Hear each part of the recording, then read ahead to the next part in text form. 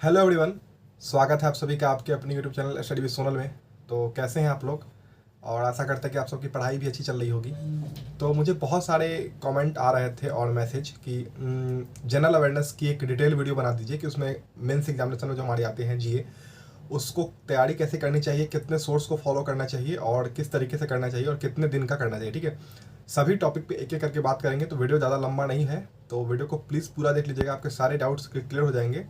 और मैं अपनी स्ट्रेटजी बताने वाला हूँ जिसमें मुझे आपने आपने देखा होगा मेरे जो भी मार्क्स रहे हैं, मेरे जीए में हमेशा अच्छे मार्क्स आए हैं। आप नहीं देखें तो आप मेरे स्कोर कार्ड जाके देख सकते हैं पिछले वाले वीडियो में, मेरे हमेशा जीए में अच्छे ही मार्क्स आए हैं। ठीक है, तो मैं आपको बताने वाला हूँ एक एक सभी टॉपिक, सभी चीज़ों को लेकर। ठीक है, तो वीडियो को प्लीज़ लास्ट तक देखिएगा। और बता दूं, जो लोग भी स्मार्ट किरा का मॉक टेस्ट लेना चाहते हैं, बहुत सारे लोग ले चुके हैं, तो जो लोग ले चुके हैं तो प्लीज़ उनको प्रैक्टिस करिए, क्योंकि वो अभी ही सही समय है मॉक टेस्ट लगाने का। ठीक है, तो मॉक से प्रैक्टिस करिए। जो लोग लेना चाहते हैं स्मार्ट किरा का मॉक, तो लिंक डिस्क्रिप्शन में है। सोनल 10 कोड यूज कर लीजिएगा, आपको मैक्सिमम डिस्काउंट मिल जाएगा, तो उसकी लिंक डिस्क्रिप्शन में। ठीक है, तो वहाँ से आप परचेस कर सकते हैं। अब बात कर लेते हैं जनरल अवेयरनेस के बारे में। सबसे पहले कि हमें ये पता करना पड़ेगा कि जनरल अवेयरनेस हमारे किस एग्जाम में आता है। अब हम सबको पता है कि बैंकिंग के प्रीलिम्स एग्जामिनेशन में जीए नहीं आता है, मेंस में आता है।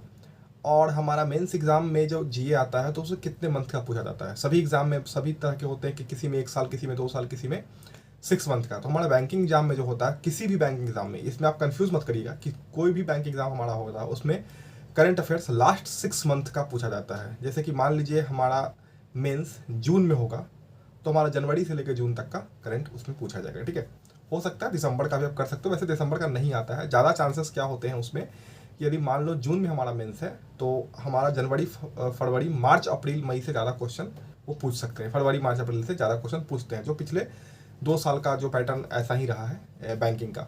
बट आपको 6 मंथ का कंप्लीट करके जाना है। अब बहुत सारे लोग ये पूछते हैं कि क्या एक बार प्रीलिम्स करने के बाद ही हम जीए पढ़ सकते हैं, क्योंकि वो तो मेंस में आता है, तो हम उससे प्रीलिम्स से पहले क्यों पढ़े।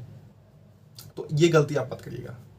आप ये सोचो ना कि आपका जब प्रीलिम्स एग्जाम होता है तो उसमें मेंस, प्रीलिम्स से मेंस के बीच में कितने दिनों का फासला होता है, बहुत कम होता है। मुश्किल से आपका 10 से 15 दिन, या बहुत 1 मंथ भी हो जाए। तो आपको लगता है कि आप 1 मंथ में 6 मंथ्स के करंट अफेयर्स कर पाओगे?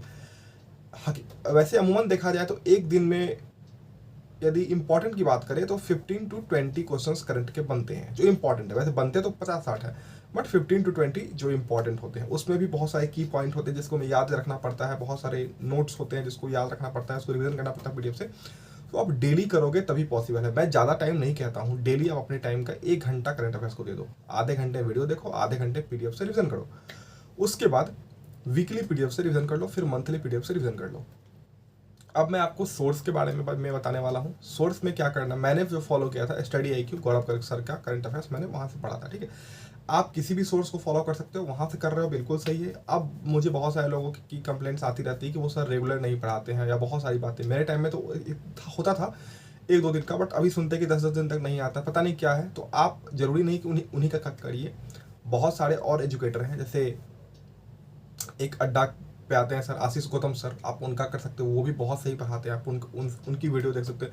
आपको एक वीडियो सोर्स रखना होगा, या तो आप स्टडी IQ कर लो, या आशीष गौतम सर का कर लो, या आप कपिल काठवाल सर का कर लो, या एक अभिजीत मिश्रा करके सर हैं उनका कर लो। सभी टीचर करंट अच्छा ही पढ़ाते हैं। आप कहीं से भी पढ़ लीजिए, जहाँ से आपको समझ आता है, सभी की एक बार वीडियोज़ देख लो और उनकी एक बार देखो। आपको जिनका समझ आता है उनकी वीडियोस आप देखो और पीडीएफ से रिवीजन करो। और मैं आपको एक और बताऊंगा, जिनकी आप वीडियो देखो उनकी तो पीडीएफ से रिवीजन करो ही। और एक और सजेशन आपको रहेगा कि आप एक और सोर्स की पीडीएफ से आप पढ़ो। जैसे कि मैं अफेयर्स क्लाउड का पढ़ता था, वीकली और मंथली पीडीएफ जो उसका आता है उससे आप पढ़ सकते हो। एक हमारा अड्डा पे आता है द हिंदू करके, उसका कैप्सूल टाइप का आता, उसको आप पढ़ सकते हो। वो आपको लास्ट 6 मंथ का भी कैप्सूल आ जाएगा। यदि आप अड्डा के वेबसाइट पे जाओगे तो उस पर कैप्सूल वगैरह आता रहता है करंट अफेयर्स वगैरह का, तो वहाँ से आप कर सकते हो। मैं आपको ऑली बोर्ड वगैरह का देता रहता हूँ फ्री MCQ का लिंक, या जो भी फ्री जनरल अवेयरनेस के क्वेश्चन का, तो उस सबसे करते रहिए। ठीक है, जो भी आपको सोर्सेज फ्री मतलब रिसोर्सेज मिल रहे हैं वहाँ से आप उसको फॉलो करिए। ठीक है, उसमें क्या क्या कुछ ऐड करना पड़ेगा आपको, बजट और इकोनॉमिक सर्वे जो होता है उस पर थोड़ा सा फोकस करना पड़ेगा, वो कर लीजिए।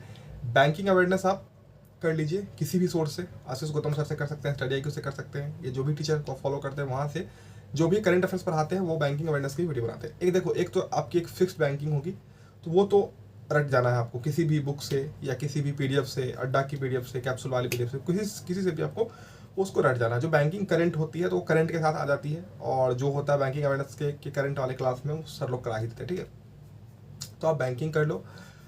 मेन आपको बता दूं, मेंस एग्जामिनेशन में ज़्यादा वेटेज 70%, 60 to 70% क्वेश्चन हमारे सिर्फ और सिर्फ करंट अफेयर से आते हैं। तो ज़्यादा फोकस करंट अफेयर्स पे करना है। स्टैटिक की कुछ लोग बात करते हैं, तो स्टैटिक से ज़्यादा क्वेश्चन नहीं आते हैं, उसमें 3 से 5 क्वेश्चन ही स्टैटिक के आते हैं, तो उसको आप छोड़ भी सकते हो, स्टैटिक वाले पोर्शन को आप छोड़ भी सकते हो। बट मैं कहूँगा आप कर लो। जो इम्पोर्टेंट हमारे जो वन जीव अभयारण्य वाले हैं, जो भी है, जो इम्पोर्टेंट है, आप उसको को कर लो। वैसे आप स्टैटिक को स्किप भी कर सकते हो, बट आप करंट और बैंकिंग अवेयरनेस को आपको सही से करना होगा, बजट करना होगा, इकोनॉमिकल सर्वे जो होता है, इकोनॉमिक सर्वे, वो करना होगा, ठीक है। तो ये सब चीज़ें आप कर लो।